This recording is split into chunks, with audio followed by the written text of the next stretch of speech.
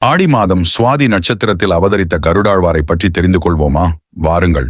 ஆடி மாதத்தில் சுவாதி நட்சத்திரம் பஞ்சமி திதியில் அவதரித்ததாக புராணம் கூறுகிறது. பறவைகளின் தலைவனான கருடன் விஷ்ணுவின் வாகனமாக திகழ்கிறார்.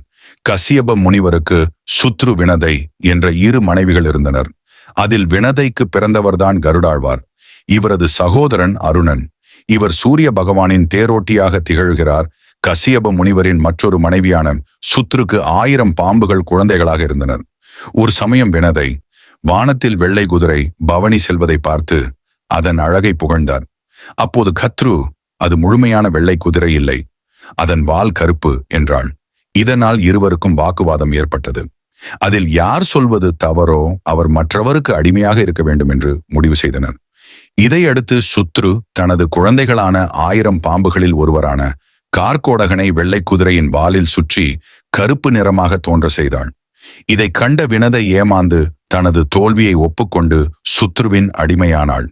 இதையடுத்து சுத்ரு வினதைக்கு பல கொடுமைகள் செய்து வந்தாள். தன் தாயின் நிலைமையை கண்டு வருந்திய கருடன் தன் தாயை விடுவிக்க எண்ணினார்.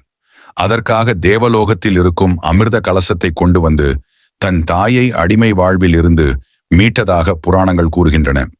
பெருமாள் கோவில்களில் பெருமாள் சந்நிதியின் முன்பாக கருடன் வீற்றிருப்பார். கோவிலில் கருட பகவானை வணங்கிய பின்பு பெருமாளை வணங்குவதே சிறப்பாக கருதப்படுகிறது. ஆடி சுவாதி நாளில் விரதம் இருந்து கருட தரிசனம் செய்வதாலும் கருடனை வழிபடுவதாலும் சகல தோஷங்களும் நீங்கும், மாங்கல்ய பாக்கியம் நிலைத்திருக்கும், எதிரிகளின் பயம் விலகும், வாழ்வில் மகிழ்ச்சி உண்டாகும் என்பது ஐதீகம்.